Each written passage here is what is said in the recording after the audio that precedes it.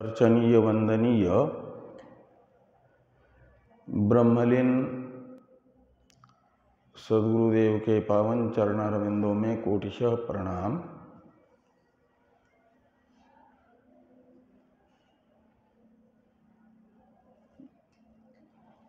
भगवान दक्षिणामूर्ति, भगवान वेदव्यास जी और भगवान भाष्यकार के परंपरा के संवाहक ब्रह्मलीन महाराज श्री जी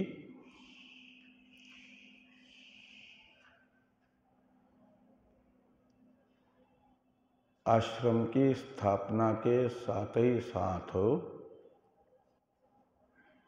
आश्रम में वेदांत स्वाध्याय की परंपरा को प्रारंभ किए। इसमें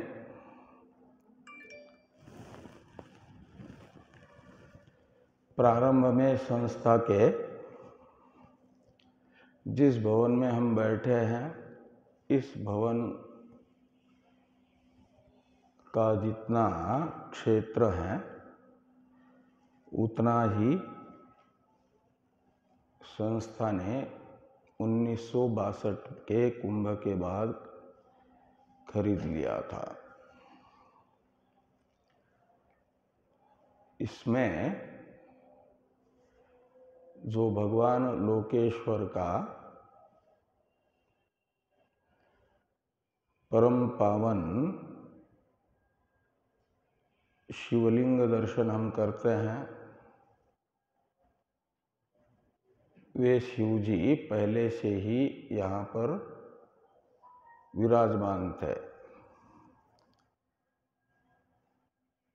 छोटा सा एक मंदिर हुआ करता था। महाराज श्री जी ने इस भवन का निर्माण करते समय मंदिर को भी थोड़ा बड़ा बनाने की इच्छा प्रकट की। उनके मन में संकल्प स्फुरित हुआ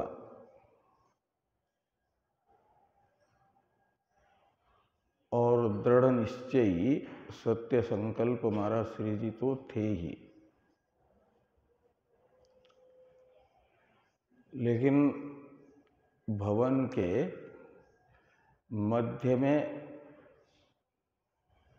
तो भवन का मुख्य द्वार होगा और द्वार के बिल्कुल सामने पहले से स्थापित जो शिव जी थे वो नहीं आ पा रहे थे। इसलिए महाराज श्री जी ने द्वार के सामने भगवान का दर्शन हो संस्था में प्रवेश करते करते ही इस दृष्टि से भगवान राधे श्याम जी को भी स्थापित किया।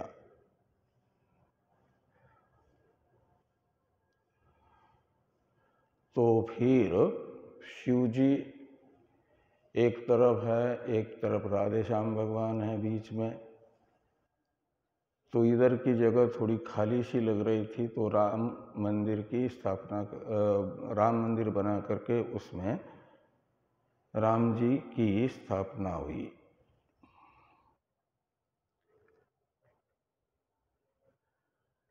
देव प्रतिष्ठा महोत्सव के रूप में प्रतिवर्ष प्रारंभ में त्रिदिवसीय फिर सप्ताह के रूप में उत्सव मनाया जाता रहा। श्रद्धेय मंत्री जी महाराज कहते थे कि शुरू में तो हो जाता था संतों का प्रवचन, जैसे बाकी संस्थाओं में होता है। एक बार फिर प्रवचन में तो जिसके मन में जो है, जिस विषय का अध्ययन है, वही प्रवक्ता आकर के बोल करके जाते थे। तो महाराज जी के मन में आया कि हम वर्ष भर जिन ग्रंथों का स्वाध्याय करते हैं, विचार करते हैं, क्यों सिंहावलोकन न्याय से वर्ष में एक बार संपूर्ण प्रस्थान त्रय हमारे दृष्टिगोचर हो जाए, ऐसा कोई कार्यक्रम बना ले।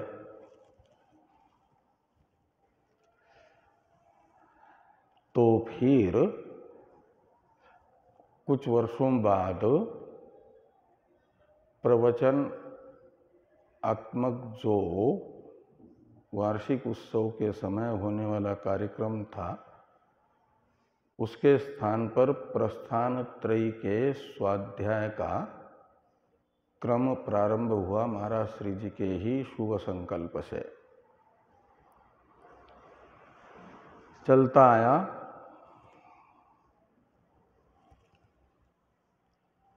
इस ज्ञान यज्ञ में आहुति प्रदान करने का प्रथम बार हमें अवसर मिला दिव्य चैतन्य जी को और हमको साथ ही साथ 1997 में पहली बार आए थे। 98 में फिर कुंभ था, उस साल भी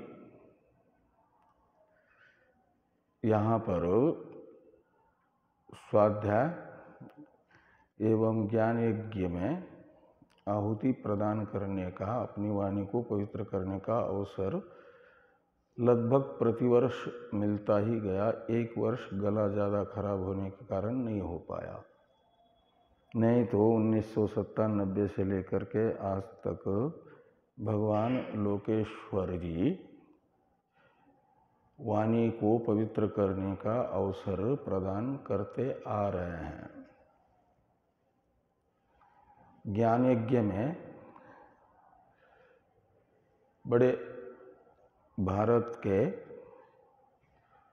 सुज्ञ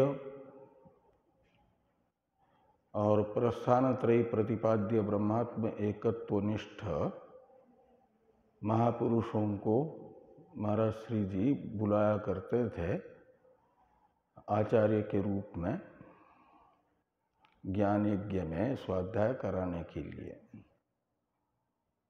बहुत महापुरुषों ने इस ज्ञान यज्ञ में अपना सहयोग प्रदान किया हुआ है। उनमें विशेष उल्लेखनीय ओंकारेश्वर के महाराज श्री जी हैं। लगभग महाराज श्री जी ओंकारेश्वर वाले प्रतिवर्ष ज्ञान यज्ञ में आते ही रहे हैं। कुछ एक ज्ञान यज्ञ उनके जीवन के होंगे जो अति आवश्यक कार्य के कारण नहीं आ पाए होंगे, नहीं तो अधिकतर ज्ञान यज्ञों में उनकी उपस्थिति और जिज्ञासुओं को मोक्ष मार्ग पर चलने के लिए अपेक्षित मार्गदर्शन प्रस्थान त्रय के स्वाध्याय के माध्यम से मिलता रहा। उनके ही अनन्य मित्र रहे श्रद्धेय, जिनको हम लोग गुरुजी कहते थे। उनका नाम था स्वामी कृष्णानंद पुरी जी महाराज। बड़ी घनिष्ठता थी ओंकारेश्वर वाले महाराज जी और कृष्णानंद जी महाराज में। वे भी कई वर्षों तक इस ज्ञान यज्ञ में अपना योगदान कर चुके हैं और यहाँ तक कि इस ज्ञान यज्ञ में योगदान करते करते ही उन्होंने अंतिम श्वास ली। का मतलब अंतिम श्वास तक साधना सदन के ज्ञान यज्ञ में वे समर्पित रहे, जब से आते रहे तब से। लगभग 98 से प्रतिवर्ष आते रहे 2008 तक। 2008 के ज्ञान यज्ञ में आए हुए थे। ब्रह्म सूत्र के द्वितीय या तृतीय अध्याय से स्वाध्याय करा रहे थे। रात में अचानक बीच में ही हार्ट अटैक आया। हमारे स्वामी ब्रह्मलीन शिवबोधपुरी जी ने उन्हें रात को ही अस्पताल में भर्ती कराया और लगभग 20 दिन तक रहे, लेकिन अंतिम में यहीं पर उनका शरीर शांत हुआ। लेकिन ज्ञान यज्ञ के पश्चात, ज्ञान यज्ञ में उन्होंने भी किसी प्रकार का विघ्न नहीं डाला।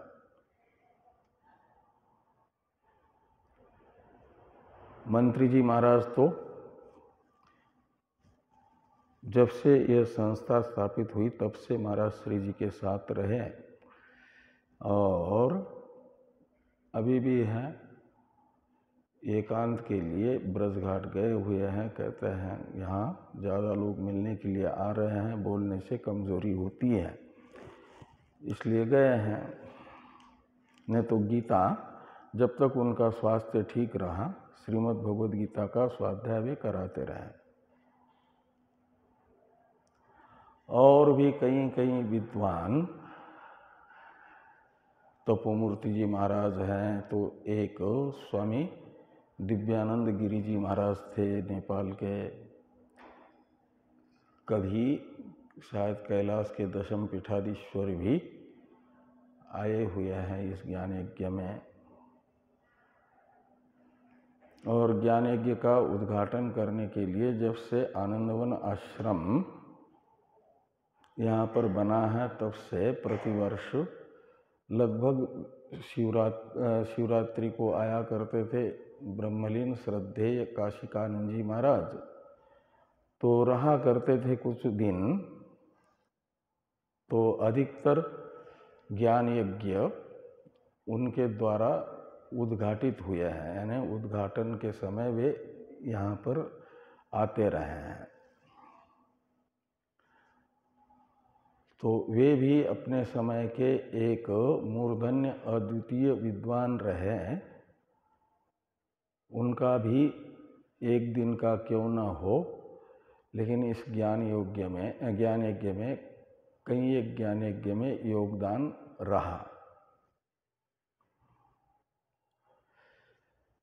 इन महापुरुषों के द्वारा प्रचलित तो ज्ञान यज्ञ भारत में काफी प्रसिद्ध हुआ और प्रस्थानत्रयी का स्वाध्याय एक साथ मात्र 38 दिन में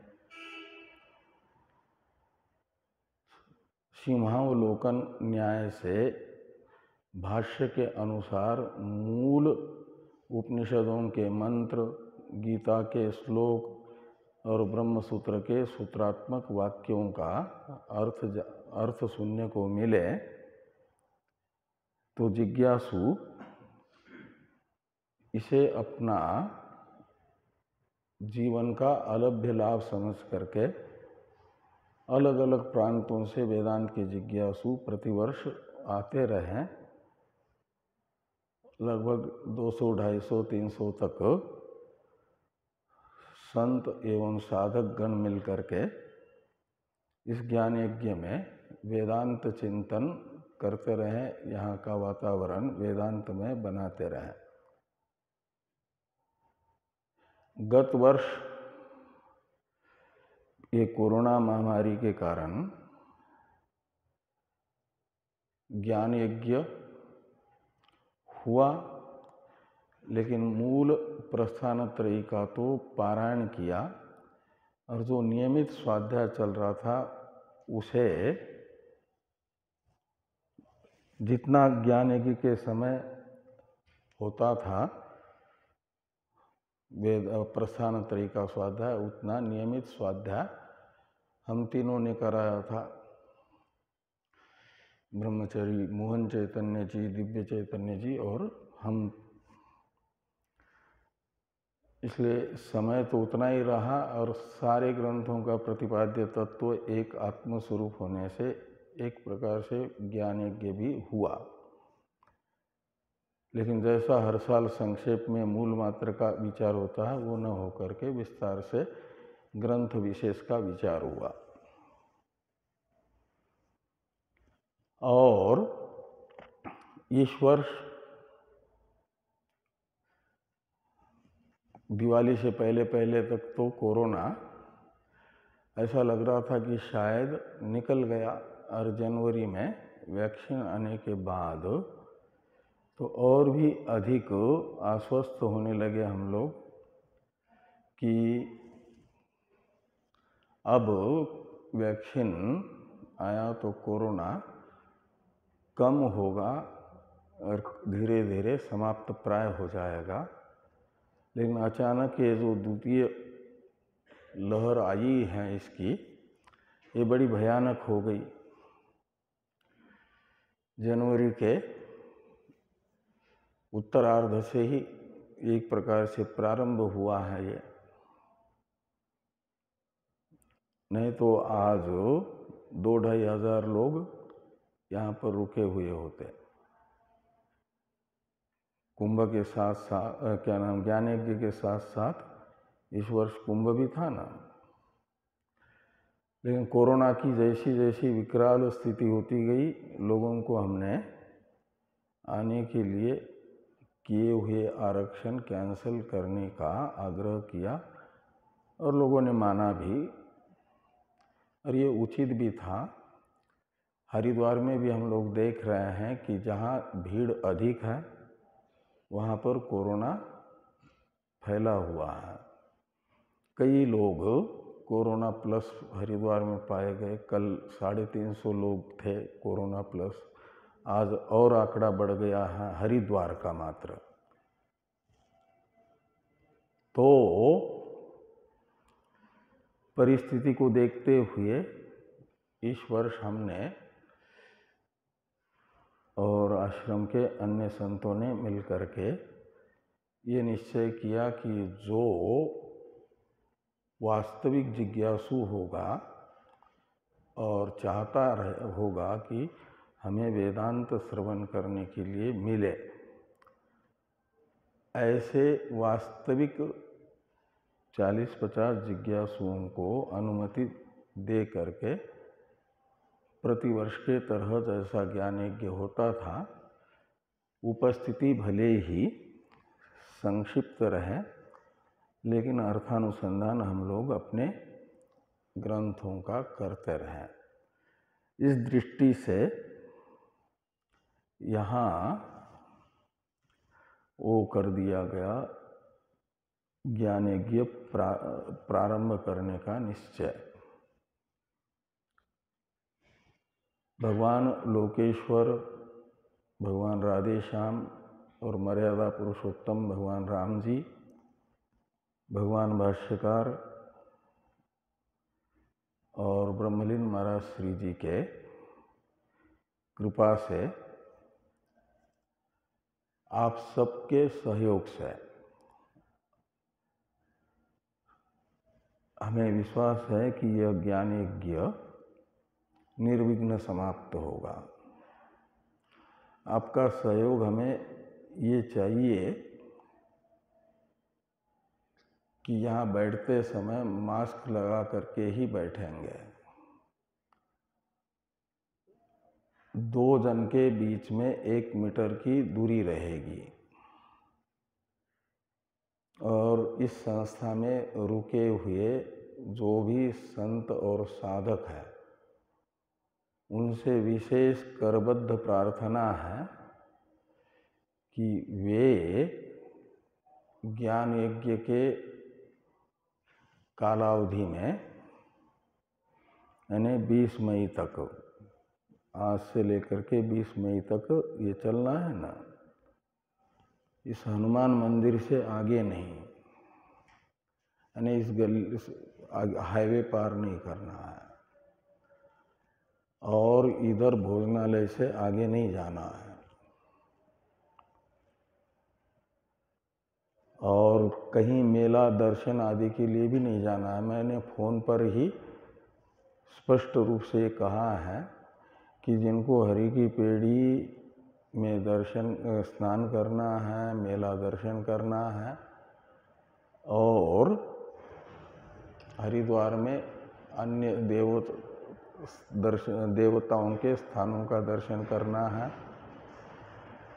तो उन्हें इस वर्ष साधना सदन में स्थान नहीं है, यद्यपि कमरे खाली हैं सब, क्योंकि हरिद्वार में भी कोरोना फैल रहा है। तो ऐसे स्थानों पर जा कर के फिर यहाँ आएंगे तो पूरी संभावना है कोरोना प्लस होने की, और फिर ये कोरोना जिसके शरीर में आ गया उन्हीं के शरीर में रहे, ऐसा संभव नहीं है। उनके संपर्क में आने वाले बाकी लोगों को भी होगा। इसलिए आप सब लोगों से हमारी करबद्ध प्रार्थना ये है कि मेला दर्शन नहीं करना। हमने आश्रम की परंपरा के 2-2, 3-3 पीढ़ी से आने वाले जो भगत लोग थे उनको भी आने के लिए मना किया, तब भी कोई आए हैं तो होटल में रुका है, यहाँ आश्रम में जगह नहीं दी हमने। तो ये कहने का अभिप्राय आप अच्छी तरह से समझे होंगे। तो ये विशेष आपका सहयोग हमें चाहिए इस ज्ञान यज्ञ को संपन्न करने के लिए, कहीं आना जाना नहीं। और तब भी यदि कोई धृष्टता करते हैं तो ये माना जाएगा कि वो यहाँ रहने योग्य नहीं है, उसे बीच में भी कार्यकर्ता लोग जवाब दे देंगे कि आप अपनी व्यवस्था करो करके, क्योंकि बाकी लोगों के स्वास्थ्य को भी ध्यान में रख करके हमें ये कार्यक्रम चलाना है। प्रस्थान त्रय के विषय में स्रोत प्रस्थान, दर्शन प्रस्थान और स्मार्त प्रस्थान, ये 3 प्रस्थान हैं। यानी मुमुक्षु के अपेक्षित मोक्ष के साधनभूत ब्रह्मात्म एकत्व अनुभूति में ये तीनों प्रमाण हैं। स्मार्त दर्शन है श्रीमद् भगवद गीता, तो श्रीमद् भगवद गीता भी तात्पर्य विधया जिसके ज्ञान से मोक्ष की सिद्धि होती है उसी ब्रह्मात्म एकत्व का प्रतिपादन कर रही है। तो दर्शन प्रस्थान जो ब्रह्म सूत्र नामक है, उसमें भगवान वेद व्यास जी ने लगभग 555 सूत्र और 192 अधिकरणों में सारे स्रोत प्रस्थानों का कैसे ब्रह्मात्म एकत्व में ही तात्पर्य है इसका अवधारण कराया है, निर्धारण कराया है। और इस ज्ञान की उपनिषदों का तात्पर्य विषयभूत जो ब्रह्मात्म एकत्व है, उस ब्रह्मात्म एकत्व ज्ञान की साधनाओं को भी साधन अध्याय में बताया है और साथ में फल भी बताया है 4थे अध्याय में। पहला अध्याय तो ब्रह्मात्म एकत्व को बताने के लिए है। प्रमाण कौन है इसमें, तो उपनिषद प्रमाण है। ऐसा ब्रह्म सूत्र में भगवान वेद व्यास जी ने प्रथम अध्याय में निर्धारित किया।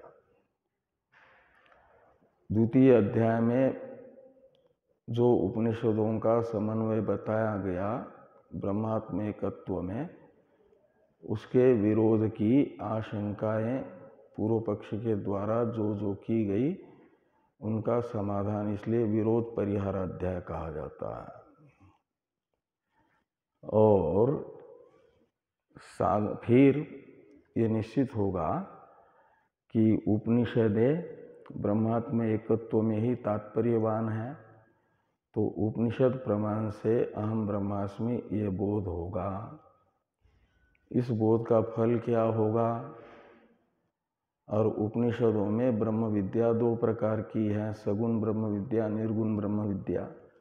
सगुण ब्रह्म विद्या है उपासनाएं, उपासनाओं का फल है या तो तत्काल ज्ञान, या तो ज्ञान के अधिकारी बना करके ब्रह्मलोक के वहाँ भेजेंगे और वहाँ ब्रह्मा जी के द्वारा ज्ञान प्राप्त करके मुक्त होंगे। क्रम मुक्ति की साधनभूत कुछ उपासनाएं हैं। निष्काम कर्म उपासनाओं में ही ऐसे तात्पर्य है, लेकिन सकाम कर्म उपासनाएं भी बताई गई हैं, वो अभ्युदय फलक है। ये सब चर्चाएं साधन अध्याय में हुई। और सगुण ब्रह्म विद्या का फल भी क्रम मुक्ति और निर्गुण ब्रह्म विद्या का फल सद्यो मुक्ति का वर्णन चौथे अध्याय में भगवान भाष्यकार ने किया, व्यास जी ने किया है। भाष्यकार भगवान ने सूत्रों से यही अर्थ प्रतीत होता है, ऐसा प्रांजल भाष्य लिख करके बताया है।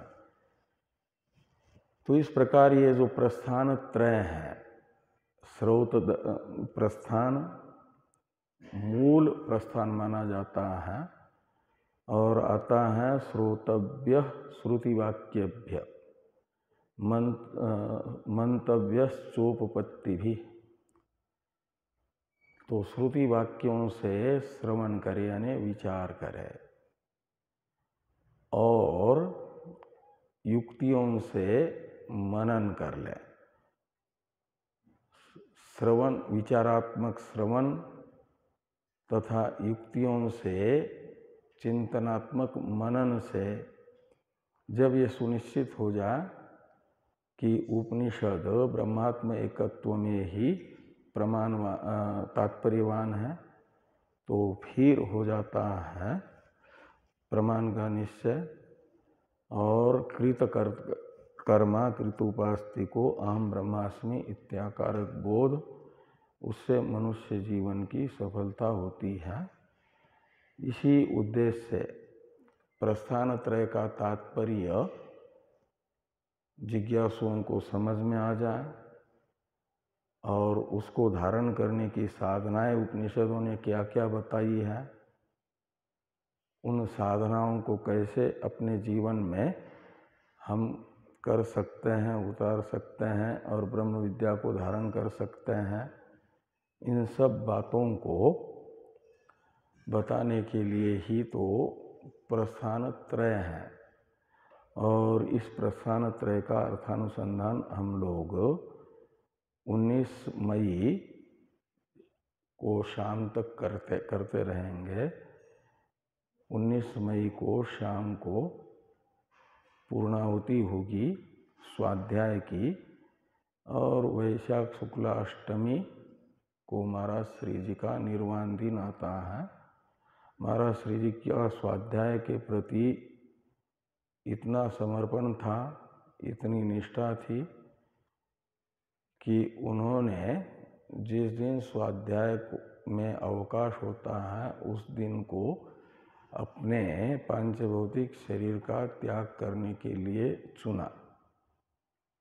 अष्टमी के दिन वेदांत का स्वाध्याय होने की परंपरा नहीं है, इसलिए अष्टमी के दिन वैशाख 20 तारीख को आएगी, ये होगा महाराज श्री जी के श्रद्धांजलि के कार्यक्रम के साथ ज्ञान यज्ञ का समापन। बीच में कहीं एक उत्सव भी आएंगे, समय समय पर बताए जाएंगे। तो अभी इस वर्ष 58वां ज्ञान यज्ञ प्रारंभ होगा। 57 ज्ञान यज्ञ हो चुके हैं। 58वें ज्ञान यज्ञ में स्वाध्याय कराने के लिए महापुरुषों का अनुग्रह हम लोगों पर विशेष रूप से बरस रहा है। इसलिए इस साल ज्ञान यज्ञ में जो कम भले ही हो, लेकिन वास्तविक जिज्ञासु जन इस ज्ञान यज्ञ का लाभ उठाएंगे। उनमें एक मेरे सामने अभी तक जो नहीं आए थे, 1998 से लेकर के 20 तक, लेकिन उससे पहले कभी आए हैं, श्रोत्रिय ब्रह्मनिष्ठ आचार्य महामंडलेश्वर स्वामी पुण्यानंद जी महाराज। वे आपको छांदोग्य उपनिषद के 6वें, 7वें और 8वें इन 3 अध्यायों का स्वाध्याय कराएंगे। इस वर्ष उपासना कांड को छोड़ दिया है। 5 अध्याय में उपासना आती है और बृहद ईशादी अष्टोपनिषद का स्वाध्याय आचार्य मोहन चैतन्य जी कराएंगे। बृहदारण्यक उपनिषद का प्रतिवर्ष कई वर्षों से 12 वर्ष से ज़्यादा हो गए बृहदारण्यक का स्वाध्याय आप जिनसे करते आ रहे हैं वे ही आचार्य दिव्य चैतन्य जी महाराज कराएंगे। ब्रह्म सूत्र के 3रे अध्याय से प्रारंभ करेंगे स्वाध्याय।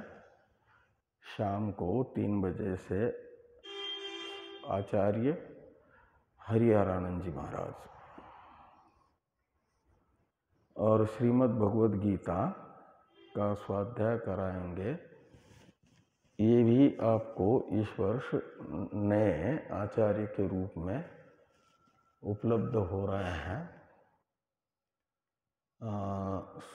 श्रीमद् स्वामी हर ब्रह्मेंद्रानंद जी महाराज, हर ब्रह्मेशानंद जी महाराज, ये अप्रैल भर यहाँ पर रहेंगे। अप्रैल के बाद उनका पहले से निश्चित कार्यक्रम है, तो जाएंगे। उसके बाद और कोई गीता कराएगा, लेकिन तब तक श्रीमद् भगवद गीता का स्वाध्याय अप्रैल भर श्रीमद् स्वामी हर ब्रह्मेंद्रानंद जी से सुनने को मिलेगा। ब्रह्म सूत्र का पहला, दूसरा अध्याय यथासंभव महाराज श्री जी एवं लोकेश्वर भगवान की प्रेरणा से इस मुख से होगा। इस प्रकार इस साल के ज्ञान यज्ञ का कार्यक्रम होगा। समय का निर्धारण पूरा तो कल होगा। कुछ महापुरुषों की कुछ समय को लेकर के अपनी अपनी अड़चनें हैं, इसलिए आपस में स्वाध्याय कराने वाले चर्चाएं करके फिर समय का निर्धारण होगा। और इस पुस्तक में सभी पुस्तक प्रस्थान त्रयी होने के कारण आपको ये एक साथ में लाने से सब विषय सुनने को मिलेंगे, इसी में मिलेंगे ग्रंथ। इसलिए किसी समय कोई भी हो इसकी चिंता करने की ज़रूरत नहीं है। लेकिन ये आचार्य रहेंगे, इनके ये विषय रहेंगे, ये बताया गया। तो अभी बृहदारण्यक उपनिषद का स्वाध्याय आचार्य दिव्य चैतन्य जी प्रारंभ करेंगे।